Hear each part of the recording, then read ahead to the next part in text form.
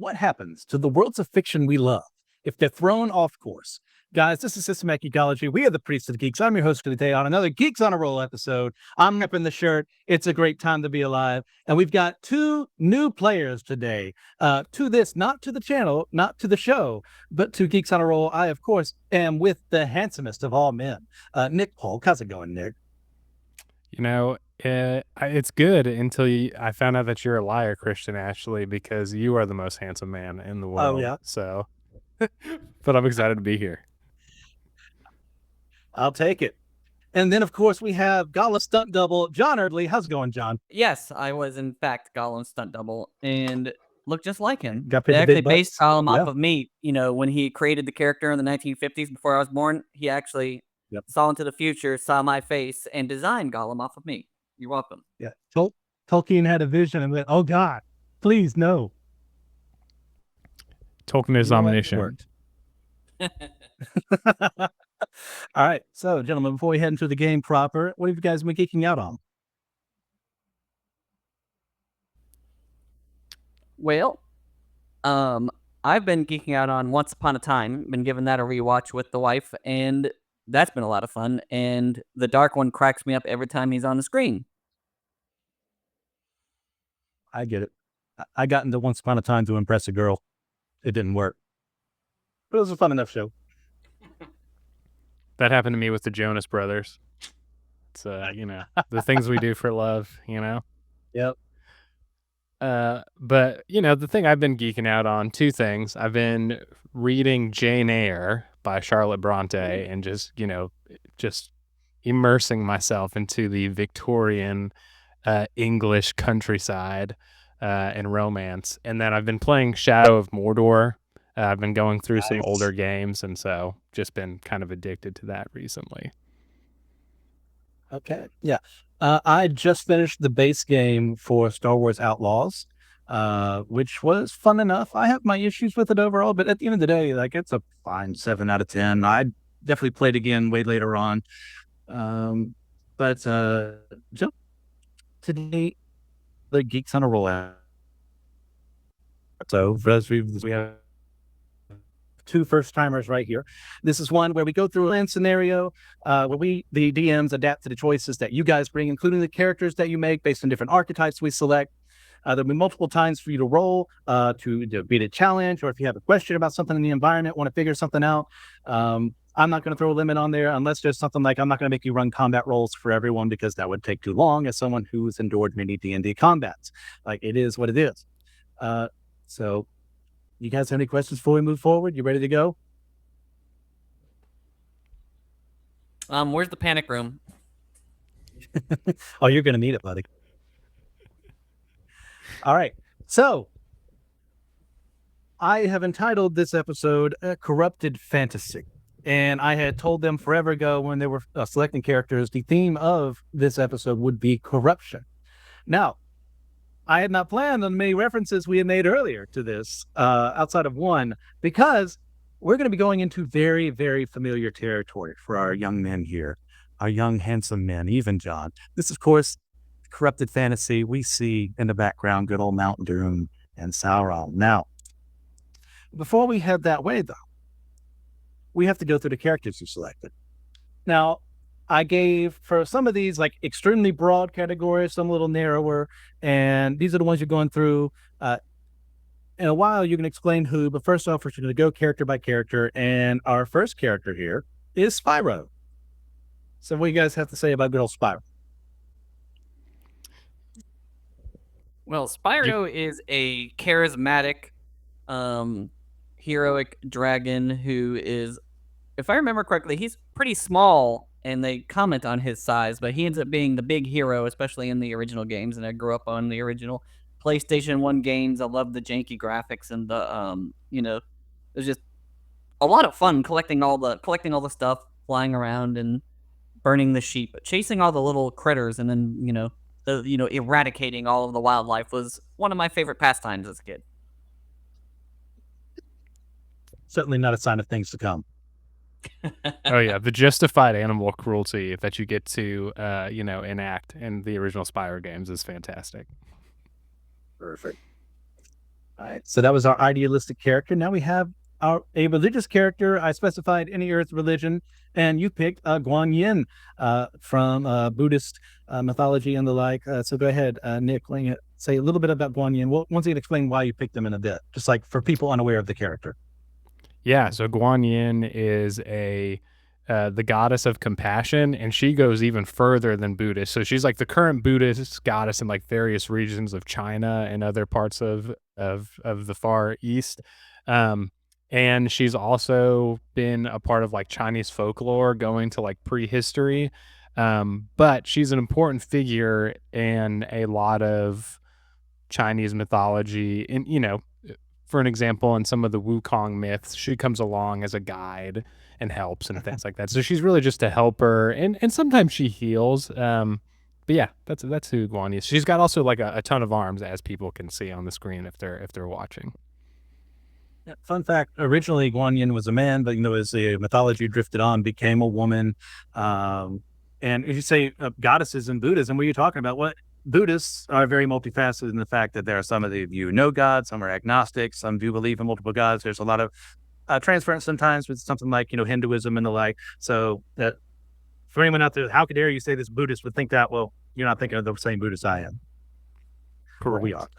So I just want to throw that out there. So next off, we have a superhero. I specified anyone who can lift less than 20 tons, and you chose good old a Freakazoid. Freakazoid. So who is Freakazoid, Nick? Freakazoid is a superhero who runs around in underwear. He is super fast and super crazy, and he's actually doesn't really even have his own show. I think he's like a small little mini episode that's attached to like Animaniacs, but for some reason he just popped up in my head, and he's just very zany and super fast. He's almost like a Flash character if the Flash was a slapstick Looney Tune, Yeah. I guess. Yeah, I never watched that. I know there was a show that he spun off of the Animaniacs, I'm pretty sure, like you said. Yeah. But yeah, I know enough about him to have an idea. John, you have anything you want to add for Freakazoid? I like Freakazoid. He's always full of references and comments that talk about pop culture, and it's because in his backstory he had the entire internet downloaded into his brain, which, I mean, circa the era he came out, wouldn't have been as big of a problem. If it happened today, he'd probably be a different character. He'd be creating different websites to overthrow various different institutions. But this was, the 1990s, so it was just pure references and fun. Yeah. All right, next up on our docket, you picked a gardener, and I didn't railroad you into this one, even though I kind of figured this might be the answer. Your gardener you picked was good old Samwise Gamgee. I think, John, you should take this because you came in swinging earlier with some Samwise quotations. I love Samwise Gamgee. He's kind of idealistic also, but he's just like pure good paragon, best friend material of, Frodo in the Lord of the Rings, where he provides basically the ultimate support character for his journey, and as exemplified by when Frodo's trying to leave and Sam comes around, he's like, "Of course you are, and I'm coming with you," when Frodo wanted to be alone. But he's just a moral compass. He's always doing what he can to help, and he provides sometimes, inspirational speeches and talking about keeping spirits up and focusing on the task, and he helps Frodo. There would have been no, resolution to the Lord of the Rings if Samwise hadn't been there to support his best friend. The true hero of the story. Absolutely. I mean, the absolute growth you can get out of this story. Like, there was one time I found a fan made D&D class. Some class for paladins would be Oath of the Brotherhood. It'd be like, always look out for your bro. I was going to base him off of Samwise, but that campaign unfortunately didn't come into fruition. But excellent pick. Next up, I asked you to select a magical apprentice, and you chose Dende. Who's good old Dende for the Dragon Ball illiterate? Gosh, I'm this is me. I love Dragon Ball Z. This is like one of my OG fandoms. I was there at well, I wasn't there at the beginning. It's kind of, I wasn't born in the 1980s, but I was there at the Toonami era watching this. And so Dende comes from the planet Namek, which is a planet where there's an alien race. This is where Piccolo comes from. Frieza is trying to, conquer it, and the DBZ fighters have to go and save it. And Dende is there, and he can heal people, essentially. And so after the destruction of Namek, he comes back to Earth. There's another Namekian who's like the guardian of Earth, named Kami. Tommy. And Yeah. oh yeah. And then Dende comes and replaces him. So he's kind of like this little character who's like very little, but then out of nowhere, he just, like most heroes, he gets the responsibility of guarding the entire Earth, put on his shoulders. Okay. Well said, well said. All right, next up on our docket, I said you could choose between a physician, doctor, nurse, of any sort in time, and you chose Kumar. So take it away. Well, Kumar is if I remember correctly, his family are doctors, and he's pressured by them to also become a doctor, and he's actually really good at it, but he doesn't really want anything to do with it. Like, he has top medical school grades, but he just wants to get high and have fun, and that basically breaks the plot of the movie, where he wants to go get burgers from White Castle. But he's a doctor in training, I guess. Eventually, he does become a doctor. So in the first one, he performs surgery, but like John said, he rejects the family, sort of expectations. But eventually, he does become a doctor in the Harold and Kumar universe. Was that in number? I don't think Two I've more seen films. Was it number 2, number 3? Was there 3? I think it was. Yeah, let's see. The third one's the Christmas one. Okay, I haven't seen that one. Yeah, I'm trying to remember. I think it was either towards the end of the second one, or it's like a important plot line of the third one. I probably haven't watched those in like 10 years. So I just thought The last one I watched, they were riding a cheetah. Was that number 1? that's number 1. Okay. Yeah, the second one's them in Guantanamo Bay, which, very dated reference for everyone. All right. So with that in mind, when it came to these categories, like what made you want to pick these characters? I just thought a lot of them were just kind of quirky. Like, we're Kumar. Like, we've got these very serious characters like Sam. I mean, we've got Guan Yin, the goddess of compassion. And then all of a sudden, like, Kumar, who's a pothead. Like, Yeah. I thought that was kind of a funny combo. Oh, they're a diverse cast of characters with quirks and things that are going to set them back, and they're probably not going to get along very well. We shall see. Okay. Yeah, I think there's going to be some good conflict. Excellent. So since this is the guy's first time, we grade on certain efforts here. I'll put here. That's the mission status. How well did you complete the mission? Teamwork. How well they work together. Sustainability. Would they remain a group after this mission happened? Strength. The strong strength of the team itself. And then fun is like, how fun would they be as a group? So the last time, sorry, not the last time, the current high score at this time is 48 points, done by Mark Flower and myself for one that Joshua ran. I will say today you have a good chance, especially since I forgot to put something in there in those notes, that if that happens, I'll have to remember it. So you could potentially get even higher than 48. You could also go lower than that, because there will also be negative points here for certain things that you could choose to do in this journey. All right, so gentlemen, it is now time to play. So all of you -1, find yourselves in a room where there are a bunch of dead bodies. You see, yes, so we're starting off very nice and easy. It's some dead dwarves, dead elves, dead humans, hobbits, But there is a survivor, 2 survivors actually, one of which is joining your group. Sam. And you see a dying Elrond looking at you. And so he will explain what's going on. This is what he will tell you. Ages ago, Sauron corrupted the world of Middle-earth through his desire to rule everything. However, when he attempted to forge the Ring of Power, he was distracted in his final blow, whether through the agency of the final actions of his former master Morgoth or through the subtle divine designs of Eru Ilúvatar, none know. Either way, his failed last strike created not the Ring of Power, but the Ring of Half Power. Having imbued his own soul, his fiat, into the ring, Sauron feared the results of making a second, more powerful ring. So he instead gathered forces under his thrall and attacked the men, elves, and dwarves of the land. But without the strength of the one ring, he was not as powerful, and thus no alliance was formed between the races of Middle-earth, and thus no cooperation came between them.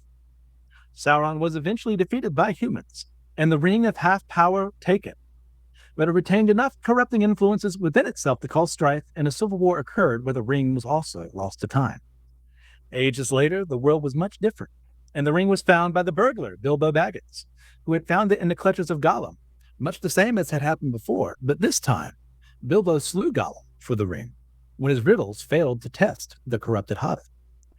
He journeyed with his dwarven fellows and fought the dragon Smaug with Gandalf. The mysterious figure appeared in the fight, allowing Smaug to kill everyone there but Bilbo, who fled, choosing the ease of the ring to guide himself.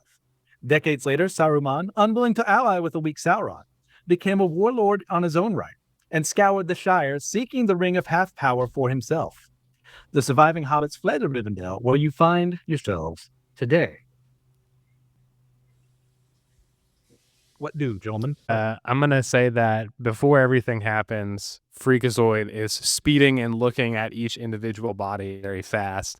And then as he gets to the last dead body, the camera pans to his face and he looks at the party, and real quietly he whispers, "I think I see dead people." That's funny. That's really funny.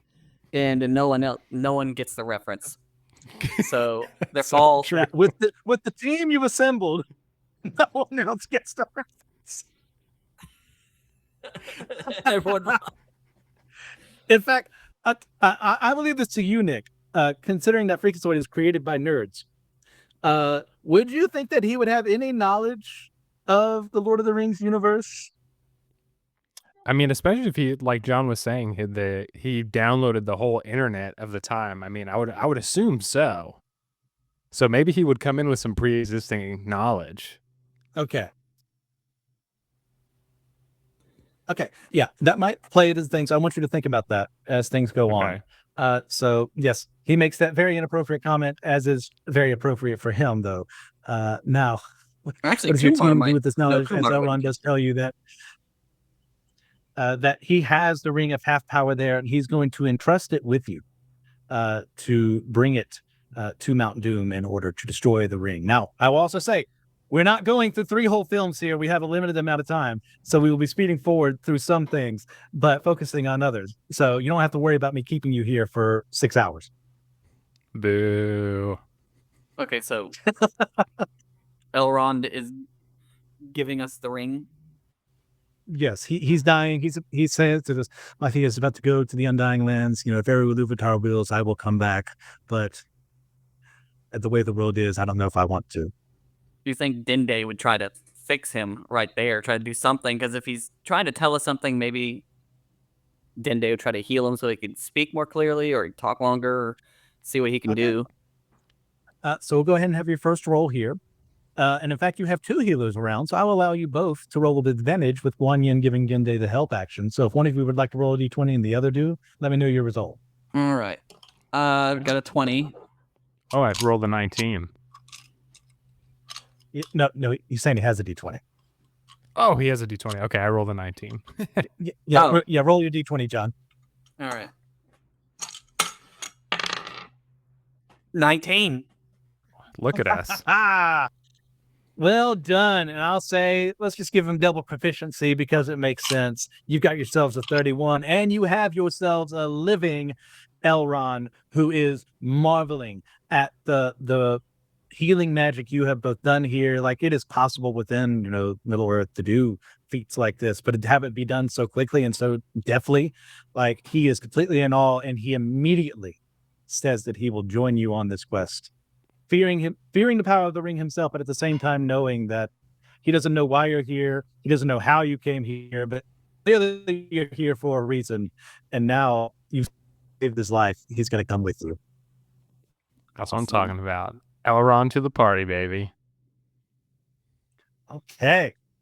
All right. So, how would you like to proceed? Now you have someone who knows the land a little better. You've got Sam with you who knows the certain things too. You've got Freakazoid who knows enough about what would have been written in the 90s internet about, Middle Earth and the like.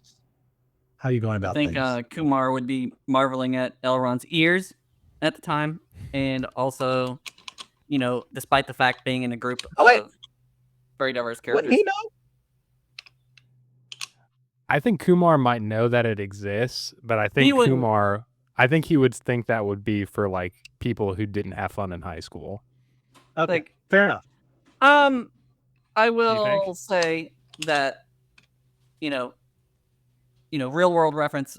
My pot smoking roommate watched Lord of the Rings every time he smoked.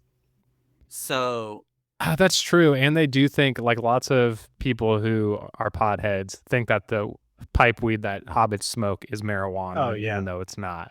So obviously, so actually Kumar might, and that movie came out when the movies were out. So you know what? I'll give you that too. So they will have enough knowledge to prepare a way. Also say that things are dire. There are ring wraiths out there, like that still happen. With Celebrimbor and everything. Celebrimbor, either one. So other rings were made. There's still ring wraiths and everything abounding. Sauron's forces are still out there. Orcs are in the land, but it's not as organized as it would have been in the original film. And also, Sauron's like a shell of what he would have been, because his only ring is pathetic little ring of half power. Yes. Like, and he is still a force out there, but he's not as big a force to reckon with if he had made the original ring. Instead of 9 feet tall, Sauron is also 4.5 feet tall. So I like this. He's like Napoleon. So I guess, with Freakazoid and Kumar's combined knowledge, they're, I would say that they're like, okay, so I'm guessing we need to go to Mordor and destroy this thing. Yeah, they're both kind of geeking out different ways, though. Yeah, like you said, I think Kumar is like eyes wide looking at, Elrond's ears, as you said, and then Freakazoid is actually, having side conversations about some of the more deeper, nerdy lore. Yeah, exactly. So I guess they could say, I guess at this point, maybe Spyro, because Spyro is like the cool guy. And I think Spyro rolls his eyes and he's like, okay, enough of this. Like, I don't know what's going on. When are we going to destroy this thing? And when are we going to kick the Sauron's guy's butt? Yeah, and I think Freakazoid would pretty much have the path already kind of like figured out from a written literal standpoint. Since when the internet was downloaded, the movies weren't out yet. He wouldn't actually know what it would look like. So Kumar's trying to recall his knowledge of the movies that came out. And Elrond would have maps to help you out. Not sophisticated, our century kind of maps, but you would know, like, the way that the original Fellowship took to head that way. That you would probably have to go around the same way if you wanted to be as speedy as they were attempting to be. Well, they have Spyro, and does Guan Yin fly or no? She's enlightened.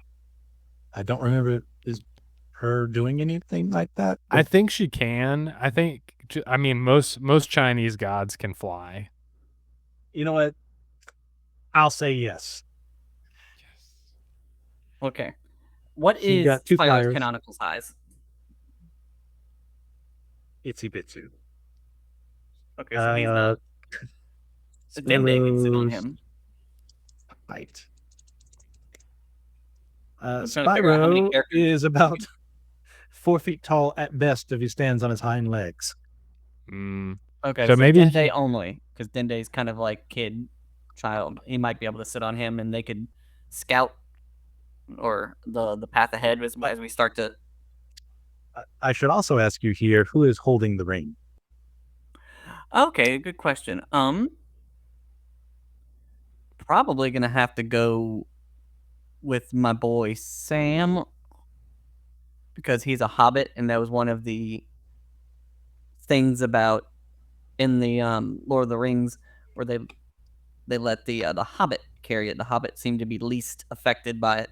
Or maybe, how about this? How about they take turns like holding it and seeing, and then like they spend a minute seeing who would get corrupted the fastest, and then they figure out who's the least affected by it, and then they decide that way. I'll say Elrond will say, like, the more you pass it on to each other within a short amount of time, the easier it would be to corrupt someone. So sticking it with one person you trust would be more expedient. Okay, well, I would. My vote would be Samwise. I agree. I think Sam would just take. I think he would volunteer as well. Like Sam's very selfless, so I agree. And then of course the knowledge. It might corrupt him a little bit later on, but like with Frodo, Frodo made it almost all the way. He didn't really lose it until they were climbing up that one thing, and Gollum tricked him into thinking Sam ate the bread. Like that was like Frodo made it a pretty good ways on the journey before he kind of lost it. Okay, so we're going to make the first of several rolls, not at this moment, but across the journey, a corruption roll. And since you chose Sam, even after everything he suffered through, I think initially, I'm going to give you advantage on a D100 D10 roll. So Nick, if you have a D100 D10, go for it. John, if you do, go for it. If not, I have one in hand. Is that okay? That'd be the one with the 10, 20, 30. Oh, The yeah. 10, 20, 30 goes up to 90? No, it has a 0, 0. Is 0, 0. Oh, Okay. I just rolled a 0. So All right, let's see if our only happened one time, but tradition of copying each other happened. Let me see. I got a 50. Okay. So with this, Sam, much like originally, has moments where, it's like the ring tries to give him what he wants. He imagines a garden he himself could be the only person in charge of. It spreads across the land. He kind of like laughs at the notion, but there's a bitterness to the laugh this time around. His friends are dead. Like, Frodo is dead in the midst, killed as everyone was trying to take the ring for themselves in the council. But it's at that same time, the memory of his friend being who he was, what he was going to be willing to do, reaches into Sam. And he says, no, I have to live on to his legacy. With that 100 roll, he is A-okay. And there is no risk at this present time for Sam to be corrupted by the ring's influence. what an icon. Okay. All right. So heading as you were, once again, as the intended path was going to, or you weren't heading towards where they eventually do with the Mines of Moria, but knowing the film as you do now, knowing the series as you do now, it is very easy for you to realize that Saruman's influence is once again afflicting the area you're going to, and he is railroading you, as it were, towards the Mines of Moria. So is the quest still depend on secrecy? It is one of those things where you're not sure what they know. So if you want to be secret about it, probably the better option. So who's pressuring us to go to the Mines of Moria? Is it Elrond? Well, from how the story has gone, from the people who've read it or seen it or what have you, that's how they went. And they're forced in the exact same way as they were in this direction due to the influence of Saruman. So we originally intended to go to the Gap of Rohan. We see the Crevasse and all this stuff, and then we're now, we'll just assume that we tried to go up the path of Caradhras, and then Spyro couldn't fly over there and breathe fire on Saruman? Well, he's not there. this comes down to the question, John, when people are like, why didn't they just take the eagles to Mordor? And it's because Sauron has too many people in his employment that would destroy the eagles, first of all, but then they would also reveal the presence of the ring, and it would be easier for him to find it. So, Or were they themselves corrupted by the ring? true. So it depends. I don't know, John. Are you feeling like are you feeling lucky? Are you trying to Feeling take on like Sauron? an overconfidence check from Spyro and just be like, why would we do that? I can just fly over there. Like Okay. he's pretty confident in his abilities. So Yeah, what's he agree. I thinking of think that'd doing? be so.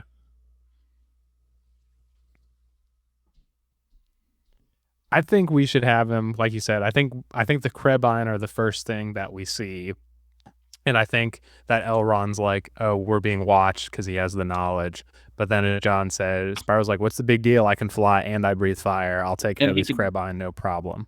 Yeah, burn them like he does in the games. He's thinking, these are just gonna be like the butterflies floating around. Just I'm gonna hawk some fire at them and I'll be fine. Yeah. Okay. So is he going solo? I can't think of anyone else who could help him unless you had I can't think of anyone else except for I don't even think Freakazoid would be able to do much. Yeah, I think Spyro's going solo. I think he's gonna solo this. He's gonna like, watch this, guys. As like a Okay. All right. no, knowing the Krebine as has been explained to him, he had to like easy enough that like they're not used to like being directly attacked, as it were. This is like kind of they're freaking out for a moment, but they don't break rank. And that becomes, let me see, Spyro, why don't you go ahead and give me a perception check for him at disadvantage because he's in the midst of blasting them. One roll from each of you, please. What dice? D20. Okay. Dude, I rolled an 8. 13. Okay. I'd say Spyro's a pretty perceptive guy normally, but like due to the fact that he's engaged in what he's doing, even with like a 13, 14, it's not enough for him to not be taken by surprise as spectral, deathly, darkly evil beings we know as the Nazgul come and attack him on his lonesome. 3 of them. Oh, 3 Nazgul? Awesome. So he's not dead, but he's already been hit. Okay, so Freakazoid's gonna have to run really fast and acquire Spyro after he falls out of the air. They're in the midst of battling in the air. Okay. I'm going to see Guan Yin has powers, so instead of fighting the Nazgul head on, I'm going to see if Guan Yin can use brilliance to blind them real quick. Yeah, and then Spyro can escape. Ooh. Okay. Yeah, absolutely. Like no roll needed for her. She has all the opportunity to line up the shot. You basically get a little, flashbang for them, and they're like thrown off their tracks. They don't fall onto the ground, but like they're barely hanging in the air. Spyro, who wasn't prepared for it either, also kind of falls down, but he's more wounded. But it's easy enough for her to go and get him before he does fall to the ground. So he will not take permanent damage from a fall, but he still has the wound inflicted by the Nazgul inside of him. What do you do now? Well, Dende's going to have to heal him, and then they're going to have to escape the area. All right. So this is done under duress, so it will be a straight roll because technically it'd be advantage, disadvantage. But since, he's good, the advantage being because he's good at it, the disadvantage being on the run, like, go give me a straight medicine roll, whoever wants to roll. All right. Let's do this thing. Come on, Dende. 9. Okay, so he is unfamiliar with the different properties inside of a Nazgul himself. These are brand new creatures to Dende. He's used to corrupting forces, as it were, in his own reality. We'll just say it's composite Dende. He's been around for a bit. But it's enough for him to start healing the wound, but not take away the full force of whatever, like almost like a Komodo dragon, kind of in a sense, tearing away at Spyro. Okay, But you are free. The Nazgul don't follow you because they're too blinded at this moment. But your path that way, you know, if they recover, they know exactly where you'd be. well, also Kumar would know Kumar and Freakazoid would know who Spyro is at the same time. So Yes. I think Kumar would be super freaking out. He'd be like, "Oh, it's Spyro. He's hurt." Not Spyro. He's like my favorite video game character. And as someone who hasn't played a lot of them, he doesn't have poison resistance or anything like that in any of the lore. I want to be accurate as possible. He's always got random power ups in the world he's got, but I don't know how we would incorporate that. Okay, I just want to be interested if there's that one person out there who's going to say, well, actually, in Spyro 6, under whatever this Spyro happens. 6. Okay, sure. I haven't played all the Spyros. And I think that Freakazoid's going to interrupt and then say something quippy, and he's going to say, "Talk about Flight of Dragons." There's a 1970s reference for you. Yes. And actually, I find this very interesting. Roll me another D100, just one of you, please. All right, let's see if I can beat a 0 here. I did 40. 40. Okay. It is very apparent across the group that Freakazoid is starting to get on their last. It's because he's like jumpy, jolty, and like kind of to the point, yeah, where even Jovial Sam is kind of like, I don't know. And that may have negative effects for certain checks made later on. He has really been unhelpful. I love this so much. Okay. So now what are your options in front of you? So I think Elrond, probably in the midst of all this, he is disheartened, maybe a little annoyed, with Freakazoid's whole interjection of references that he doesn't understand. And he is like, we only have a couple options here. And the best one is probably going through the mines of Moria. And, everyone except Spyro, Dende, well, I guess the three, Spyro, Dende, and Guan Yin. Well, I guess, and Sam. Sam wouldn't know either. He's not educated to that degree. He knows Elvish, but he doesn't know what the mines of Moria are. Yeah. And so he knows them. Belloc, Siegfried and Enter. Easy enough. There's no time for the Watcher in the water to take anybody. Like it's like a non-factor. Freakazoid and Kumar would know the reference. They would know the answer regardless if Sam knew the answer to the riddle. They would just be like, they would already know. Like, oh, look, it's the door. They'd be really excited. And then, do you think they would have said it before Elrond had the opportunity to say it? I think. Oh, that would be great. Like deflation for Elrond to be like, I know the password, and then they say it like both Freakazoid and Kumar at the same time, and it pisses them off. Just like real quick, Melon. Oh, perfect. Yeah, they say friend and enter. No issue here. It is, if anything, somehow more drabby and dark and everything. And this is kind of like the people who have knowledge of the books, like everything being off course in the first place, being this like grimdark is very disconcerting.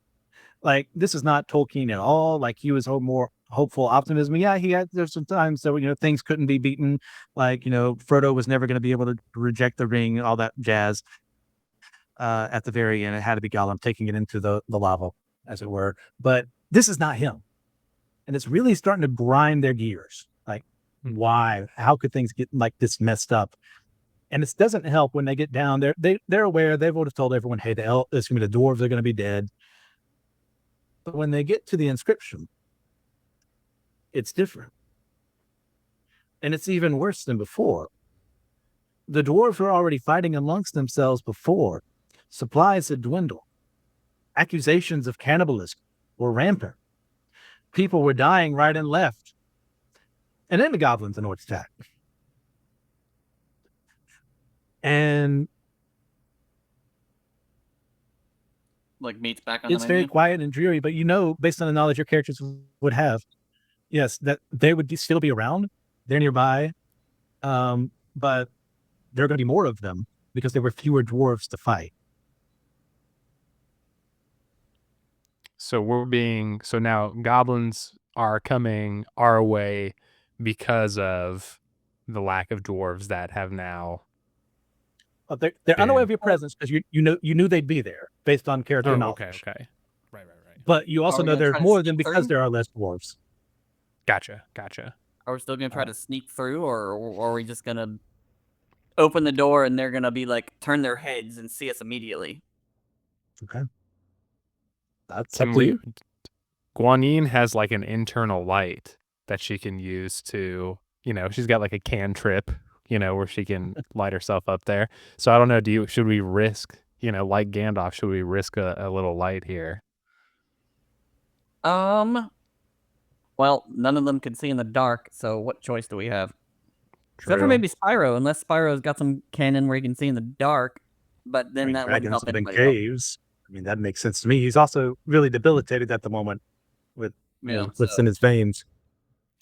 If we're in the mine, we need like. Do you think? Yeah. Can we do Guan Yin turning on her lights, and then afterwards, I think we should try to have Elrond, who is knowledgeable of stuff, do a little more healing to Spyro, since there's at least right now no threat of direct danger.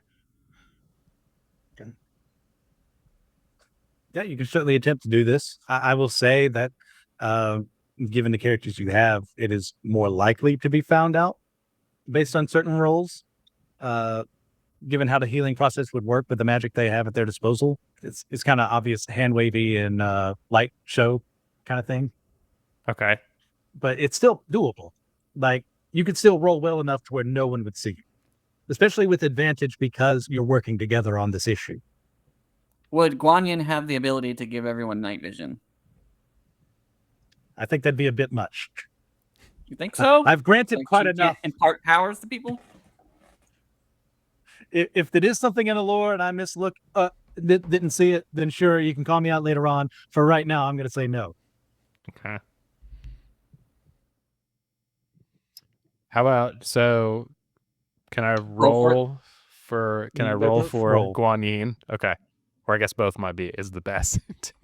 Yes. 14 for me. Okay. 12. Okay. So what you both realize is that everyone involved realizes, okay, we've got it intact. He's not going to die anytime. His wings are still bruised and battered, so he's not going to fly anytime soon, but he's able to walk. He can breathe fire. He's aware of his surroundings. He's more able than he would have been if you hadn't have done this. And because you rolled the way you did, no one has noticed you doing this except for one figure. And you hear in the background, and you see this messed up, Kumar and Freakazoid like expecting Gollum to show up, but no, wait a minute, he's dead. And instead you see the deformed Bilbo Baggins heading your way. And then Kumar's we're going to do something special.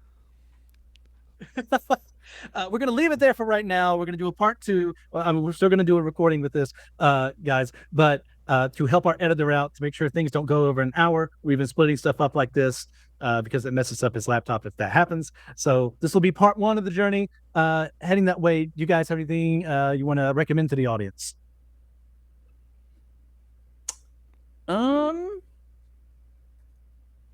I've been playing the heck out of Red Dead Redemption 2. If no one's picked that up, that is an amazing, probably the most photorealistic nature with animals and stuff that I've ever played. Okay. New season of Rick and Morty. I'm a big Rick and Morty guy. These first 3 episodes have been better than the last couple seasons in a little while, so it's worth your time if you like Rick and Morty. Perfect.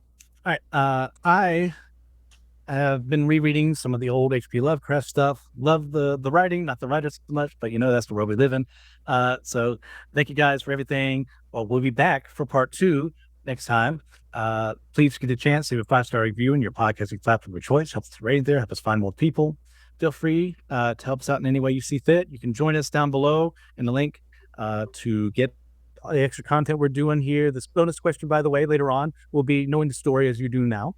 Who would you have switched one or more of your character picks to and why? But that, of course, will be after the second episode. So shout out some supporters real quick. Thank you to Russell Gentry, Justin Vaughn, Annette Noel, and Jeannie Mattingly. You guys are the best. But remember, we're all the chosen people, a geekdom of priests.